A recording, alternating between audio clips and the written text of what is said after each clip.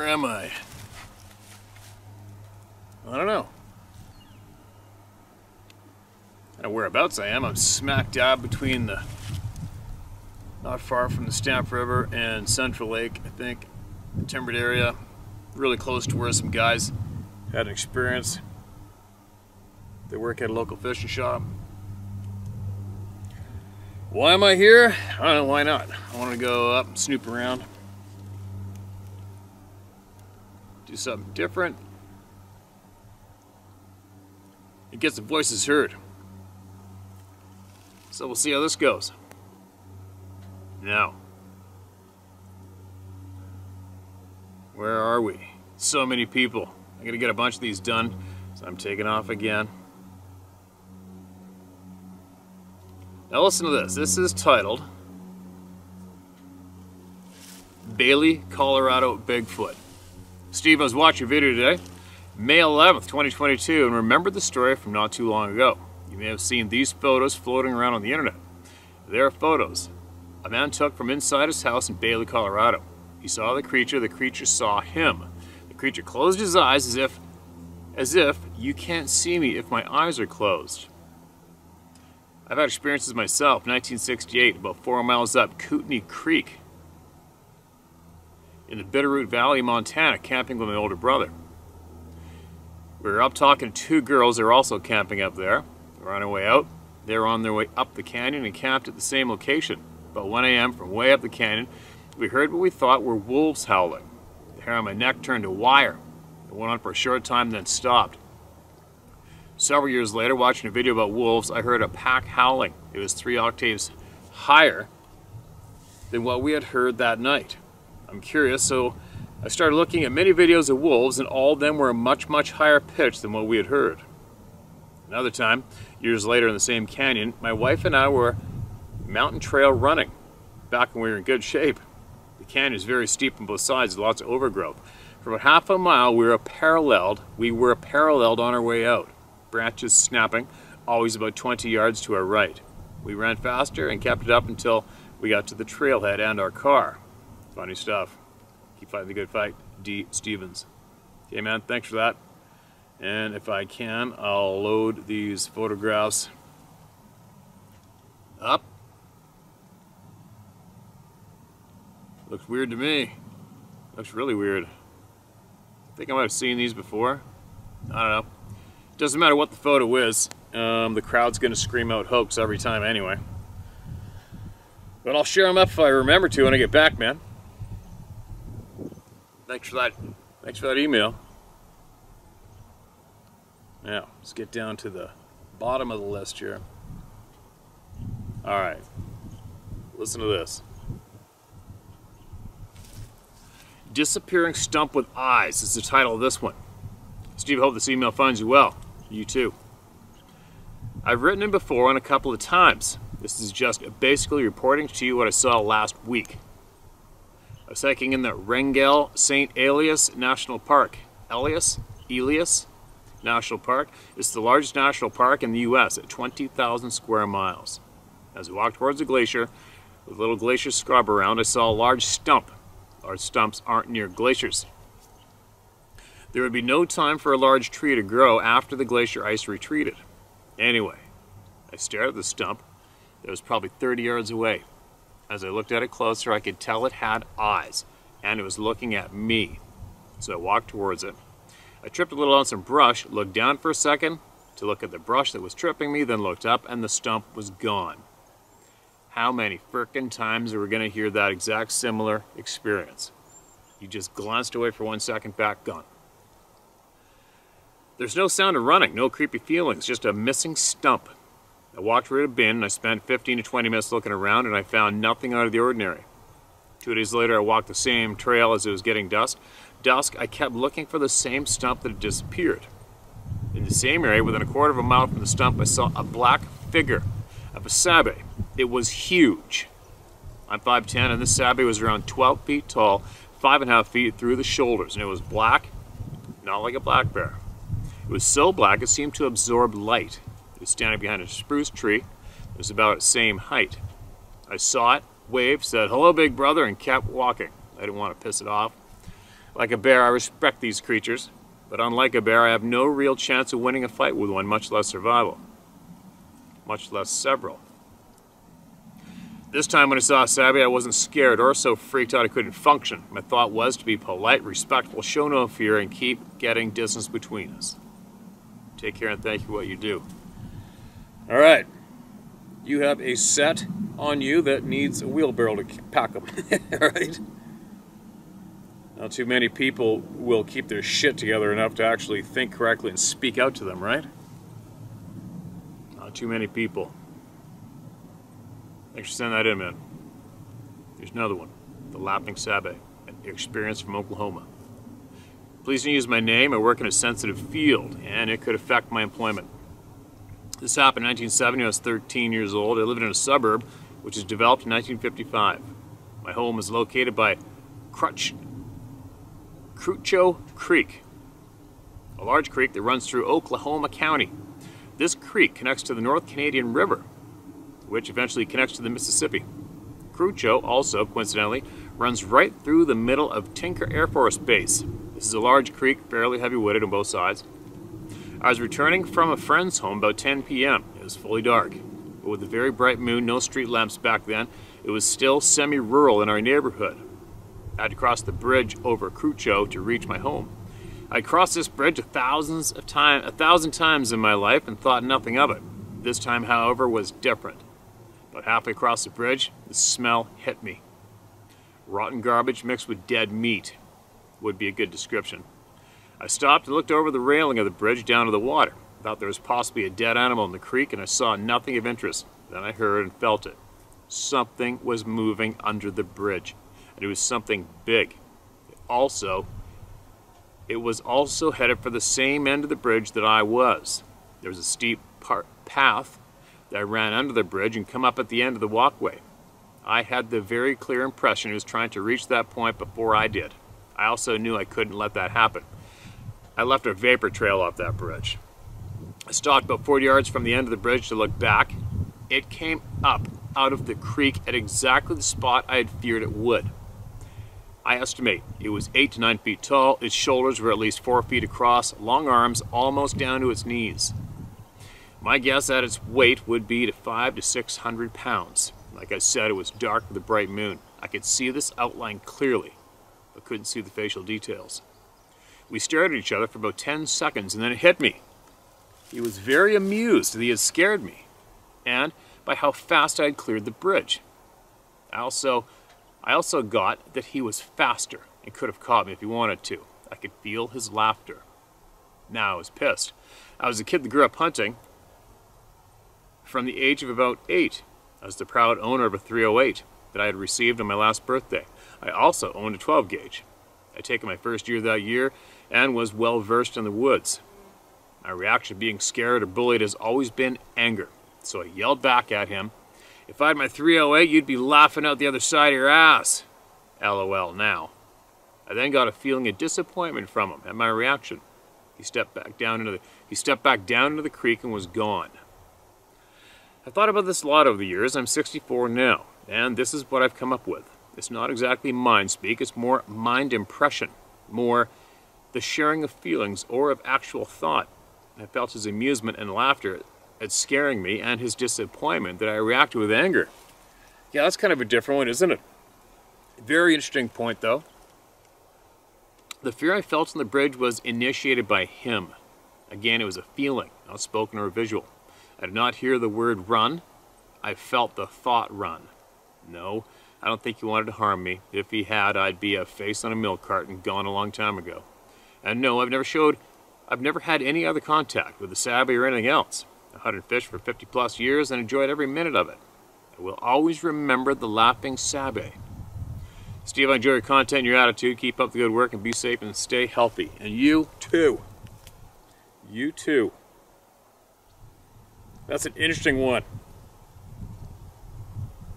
Well, you know, some other people have said that we just do not understand them, right? And they obviously have some kind of a sense of humor.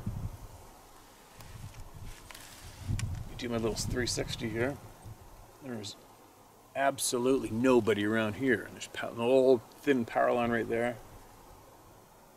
And I'm looking up at the Beaufort mountain range, where there is a pile of ongoing things going on right there. Pile of ongoing things going on right over the bank by the river. Shit pile of things going on this way, basically right on the road. I'm right in the heart of it. Whatever.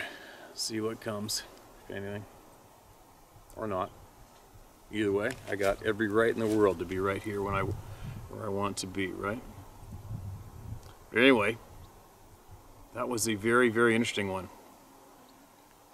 Thanks for sounding that, man. Awesome, Steve. First, let me say thank you for all you do. The channel is great, and you're the best.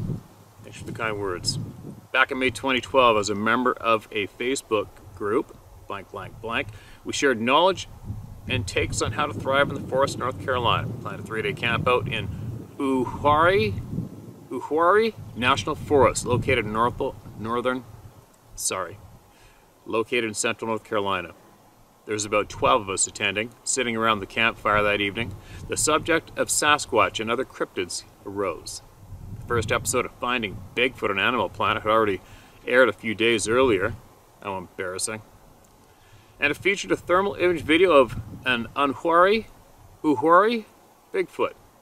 I was a believer, as I had seen a sabe as a child in western North Carolina mountains. We decided to goof off and do some wood knocks. We did about a dozen groups of 3 knocks with no response. We all turned in for the night, and I and my friend Chris, who's a local police officer, had set up hammocks about 10 feet apart to sleep in. We were both laying there talking. The other campers were in tents at various spots near us, but not real close. Suddenly, this huge rock, about 70 to 100 pounds, comes crashing in from above the trees as if it launched from a catapult, crashing through limbs and landing dead center between us. We were both startled and like, what the F was that? And we jumped out of our hammocks, pistols drawn. I had a Taurus Millennium 40 cal with attached tactical flashlight, and Chris had his light and pistol drawn. And we swept the perimeter in the direction of where the rock came from. We both landed our lights on it simultaneously. This horrible, elongated, about baboon-looking monster, about 8 feet tall, but built like Arnold Schwarzenegger. Muscular, evil being that roared at us, bearing huge canines. His deep roar vibrated my chest. It vanished so quick, and we were so startled we did not have time to think about firing a weapon, and our puny 40 cals would have only pissed it off. In a flash, it turned and was gone. We didn't sleep any that night, and we were harassed many times by rocks tossed at our campsite. Several other campers had pebbles and other objects hurled at their tents as well. The next morning, we all packed up at daylight and got the hell out of there. I've not camped out nor spent any time in the deep forest since. Upon research, the type we saw is known as Gugwe, one of 10 types Sasquatch and notoriously sinister and dangerous. Look up an image of the Beast of 7 Shoots. That is what we saw. I hope to never encounter another one. Until recently, I kept this encounter a secret, other than those there and my mom. It was different than the one I encountered when I was 7 years old. That one was more like patty-like, silver in color. It didn't strike fear in me at all and seemed to smile at me. The Gugwe was jet black, and you could plainly see the evil. That's all I got. You can share my name. Legan G. Johnson, Cherryville, North Carolina. Okay, man, gotcha. It doesn't sound like anything I want to see. But it's funny, when you mentioned that there's nothing but evil and sinister with them, well, why didn't it do anything to F you guys up? Little pebbles and a boulder, that's it, right? You would think if something with that description was known as sinister and evil, you would have put those canines to work and those muscles to work on your asses real quick, right? Easily too, right? I don't know. I haven't seen anything that looks like that before in my life, and I don't want to. I don't crave it, that's for sure. But if it happens, like I said before, I see something with a wolf's head on it, built like that, I'm gonna shoot the living shit out of it if it's standing there staring me down, which you do not do in Predator world. You just don't. You know, I've walked up on wolves and live traps, and majority of them do everything they can to not get caught in your gaze. They don't want to look you in the eye. They go like this, all insecure. Except for the alpha, actually. The alpha will stare you down with attitude at times. But for the most part, they don't want you to look at them. Interesting. Scary, terrifying frickin' sight to see. Email us back about your encounter with the silver one, alright? People are going to want to know. People want to know everything. This is titled Tree Structures in Chilliwack, my backyard. Hi Steve, I happened upon these tree structures about 3 kilometers west of Chilliwack Lake and on the north side of Chilliwack Lake Road. I thought you might be interested in looking at them. There was one other structure, but I didn't get a shot of it. We were bushwhacking through game trails on the lookout for spring black bear a month ago. Long time listener to the channel, keep doing what you're doing. Okay, man. That definitely looks, that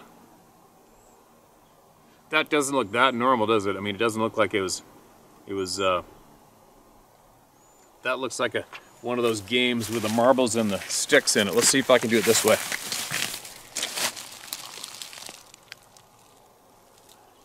I don't know if you can see that or not. I'm gonna have to, I can't see shit on that screen because of the sunshine. Oh no, I think it's working. Isn't it? It's something else, isn't it? How is that right there? I think you can see it all right there, right? He's got a second photo here.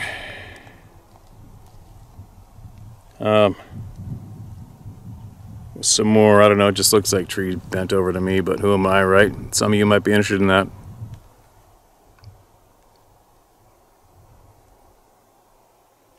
And there you go.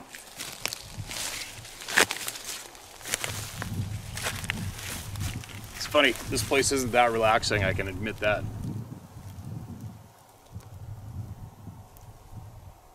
This place is making me look around way more than I do down at the river, that's for sure.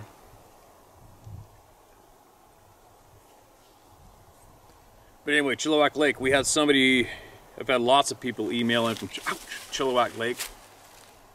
And notably, a guy was on the beach in his boat. He's camped on the beach at the south end of the lake. Would it be southeast? East end? And there's a river bar there you can drive up on, and he saw this thing on the beach by his camp and it looked pissed and its arm is hanging as if it was wounded. I remember that one. He was scared shitless. And then it took off, and then some other campers, partiers showed up. I've had another guy, another bear hunter, was bear hunting somewhere around there and emailed us as well, and he heard something that scared the shit out of him as well, I believe. And I think he found a pile of scat that was enormous. That Chilliwack Lake, it's on fire there. All the time. Always.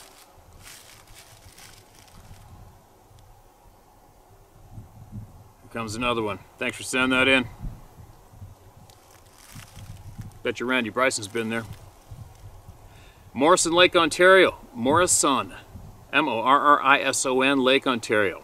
I was even watching your channel and thought I could get this off my chest and out of my head.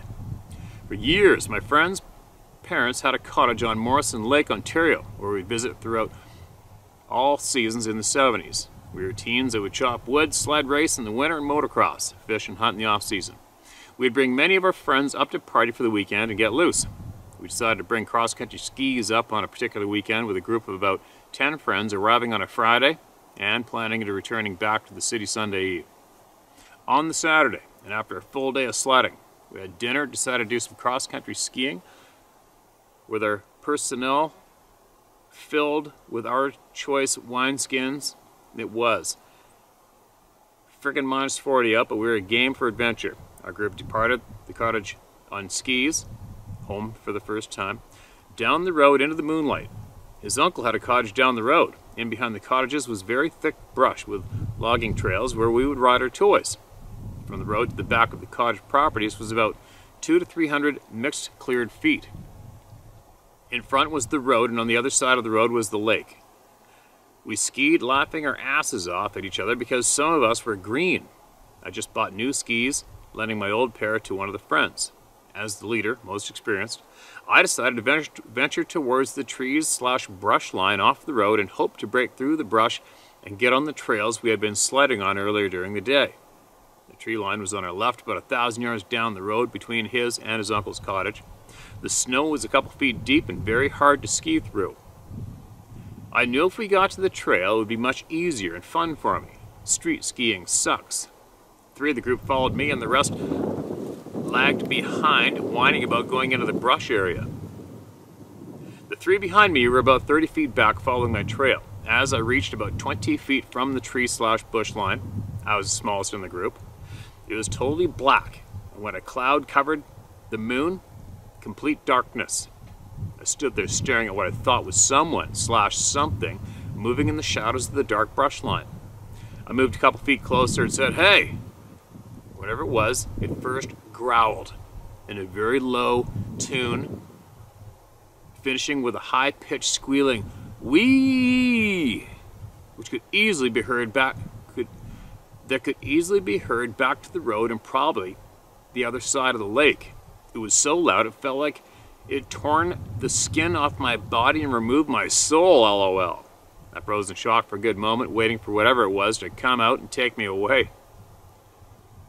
It could have had its way with me, no problem, and knew it. I could sense it, telling me to go away. I fumbled trying to turn around with the skis falling off. It felt like it was taking forever to turn around. When I finally did, the 3 that were behind me were long gone, back on the road and down the street. I broke a ski in all the panic of trying to reach the road, and when I did finally reach it, there was only one friend there waiting to see if I was coming back, and the rest of the group raced down the street back to the cottage. When I did get back to the cottage, the group asked what the F was that. Holy F, we didn't think you were coming back. The cottage had an outhouse out back that backed into the brush line. Nobody used it for the rest of the weekend, and we left the city clearly early Sunday. I told them I thought I'd seen someone else out there. Someone really large, casting a huge shadow in the darkened brush line. We were all quiet Saturday Eve and Sunday, returning home with much on our minds. And no, I haven't spoke with these guys since. Weird, eh? Thanks for listening and telling your story, Steve. As for our governed leadership, fired all them fuckers. Yeah. Fired or hung. I think number 2 would be my choice. But anyway, is it weird you haven't all talked to each other? Nope. It's not weird now. Right? How many of you out there have shared the same thing? Seen it together, never spoke of it, or even spoke to each other ever again. It's all too common. And obviously that has something to do with a human psychological trait, right? Where you just want every single thing associated with that extremely terrifying experience to leave your soul. And that includes the people involved, right? Anything that'll take you back there. Get me out of that memory. It's got to be what's going on. I'd imagine.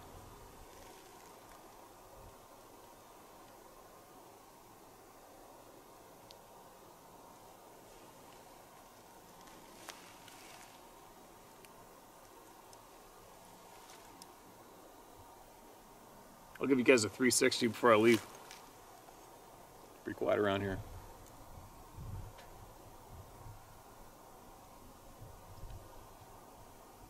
A couple flies. No birds. Pretty quiet. I'll give you guys a 360 before I go. I'm going to take you to another spot after this. Take us to another spot after this. Okay, this is a very short one. This might even be our shortest ever. Navigation. Steve, a few people have asked about how you navigate the backcountry, GPS, compass, and map, etc. A good side story. Thanks. Love your channel and your openness to read the story of the people, Tommy. Tommy, to be honest, no, I don't use the compass. I don't use the GPS. The only place I've ever had a GPS in my life is on my boat, and I use that to get on my halibut spots, and that's it. I'm just an old school bush guy. British Columbia is very, very easy to navigate as long as you know which direction the water drains to and what drain you are in. if or when before you lose your way. So yeah, compass. I don't even have a compass. Some may think that's irresponsible, but guess where I've been and guess where I am right now. I'm still alive and I'm here with you guys. But on that note, the only times I've been turned around in British Columbia was due to fog, and that's it. Fog or absolute pitch black. But even then, during that time when I was absolutely didn't know where the hell I was in pitch black, I was with like 20 horses, 2 other people. It was 2 in the morning. Unfortunately, a younger guide was in the lead, and I don't know why I let him even take 10 seconds of the lead, because he could have possibly killed us or the horses. Storm, a early winter storm. This is the Northern Rockies, middle of nowhere, and a storm cut loose, pitch black, snow, sleet, freezing frickin' cold, sitting on these damn horses for I think the 10th hour. It was 2 in the morning, and then I noticed he was leading us in circles in a stunted spruce patch on top of this plateau we're supposed to be crossing. So I remember that.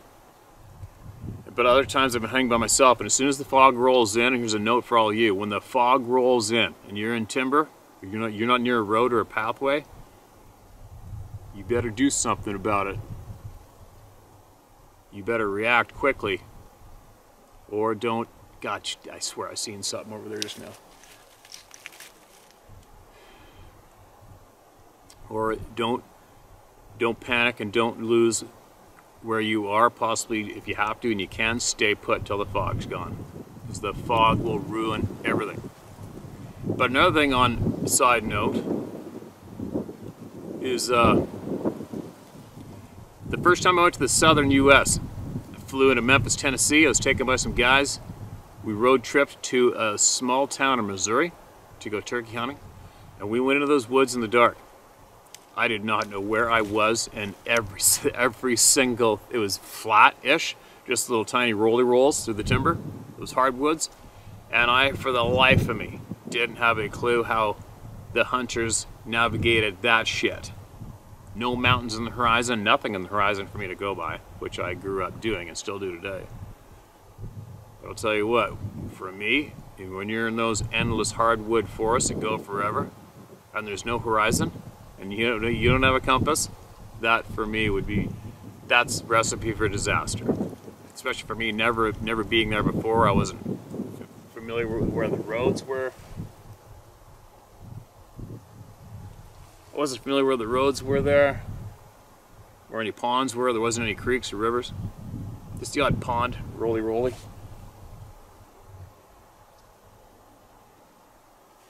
Something's up. Something's up here.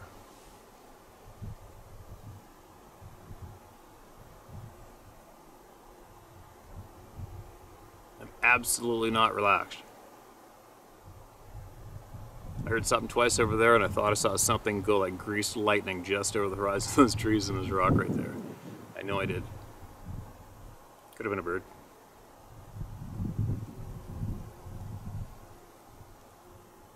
I am not relaxed here at all.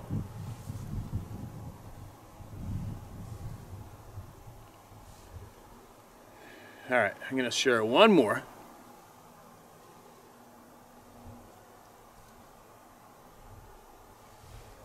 Share one more. We're going to go to the head of the river, drive farther in.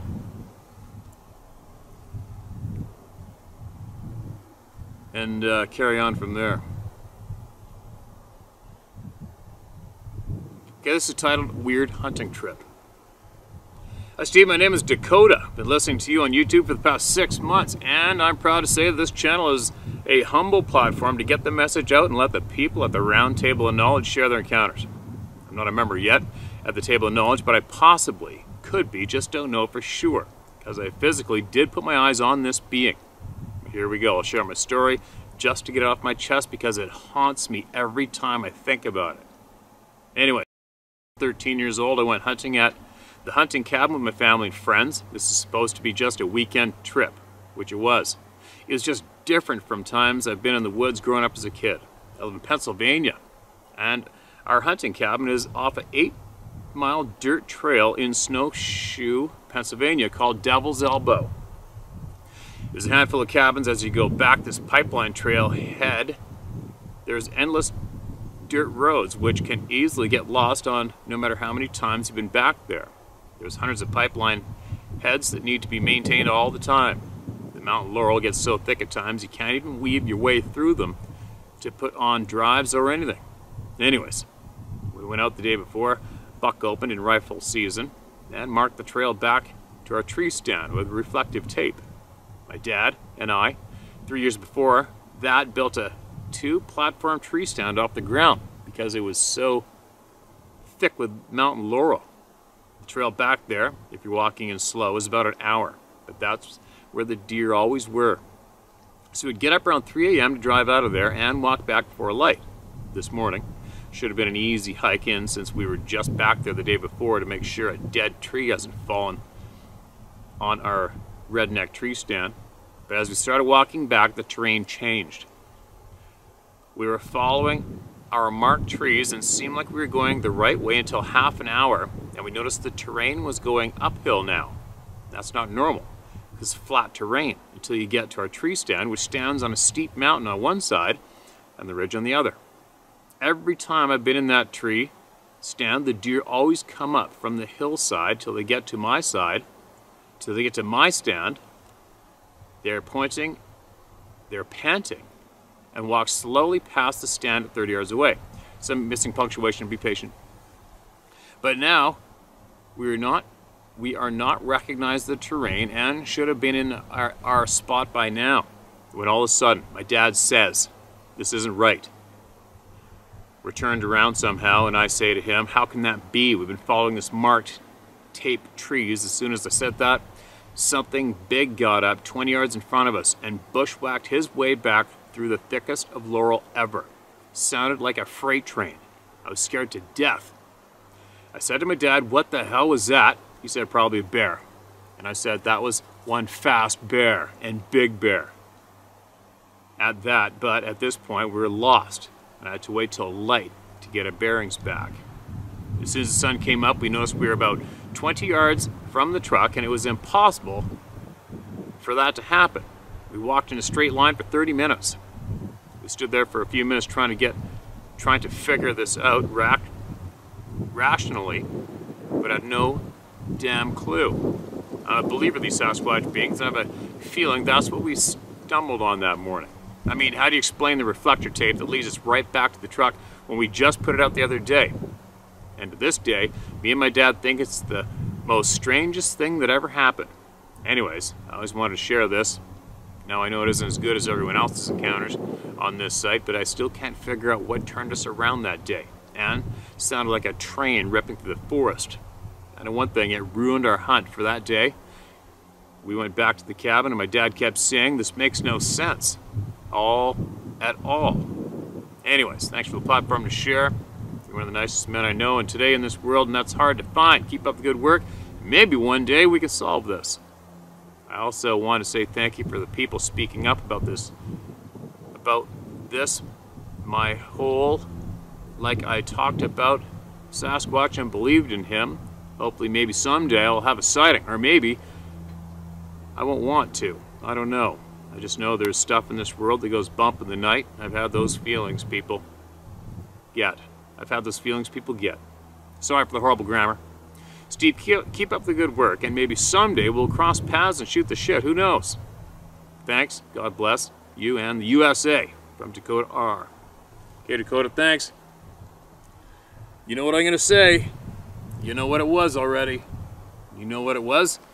How do I know you already know?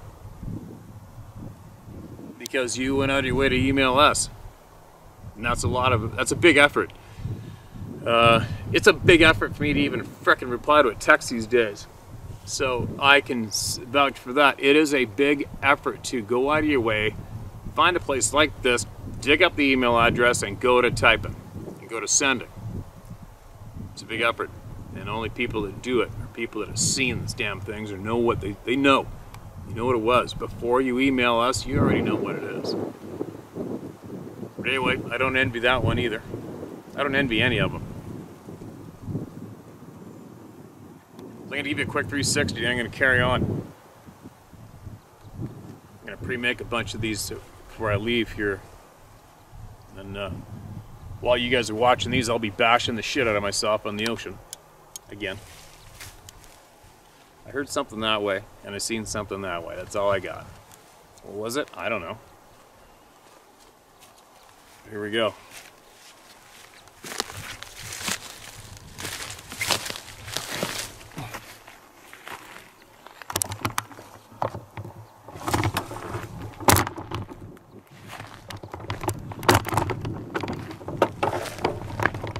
All right. There's something out there, without a doubt. Sounded like thick bark getting stepped on out there. This is behind me. You guys are already watching all that.